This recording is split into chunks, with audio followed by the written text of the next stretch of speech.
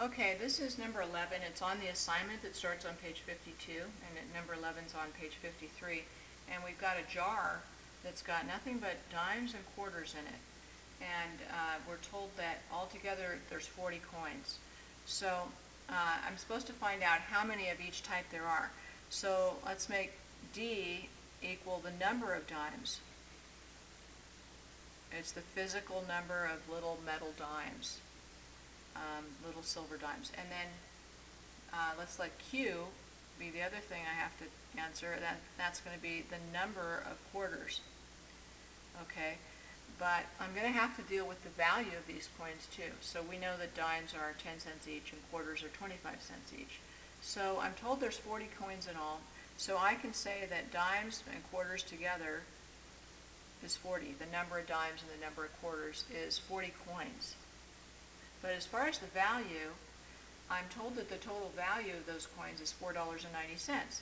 So I have to multiply the number of dimes, D, by 10 cents each, and add that with the number of quarters, Q, times 25 cents each, and that gets me the $4.90. So this first equation has to do with quantity, just number of physical coins, and this second equation has to do with the value of those coins, the total value.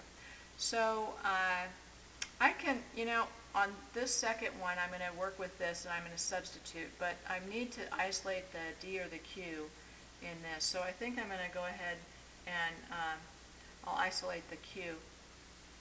So if I subtract dimes, the number of quarters is 40 minus the number of dimes.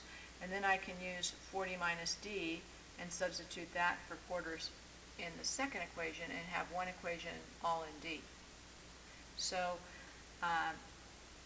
10 cents times the number of dimes plus 25 cents times 40 minus the number of dimes, which is going to leave the number of quarters, is $4.90. Another thing I want to do here, just kind of like clearing fractions, I like to clear decimals too. I want to get rid of these decimals, and so if I move these all two to the right, I can do that if I multiply every term on both sides by 100. And you can just do that mentally, and this will be 10 cents, and then you're just dealing in cents. 10 cents a dime times the number of dimes, plus 25 cents a quarter times the number of quarters is equal to 490 cents. And then we can distribute and solve this.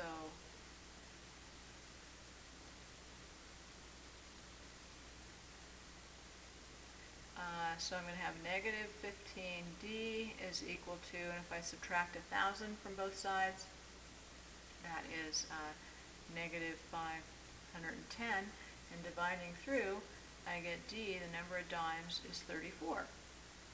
So that would make the number of quarters equal to 40 minus the number of dimes, or 6 quarters. So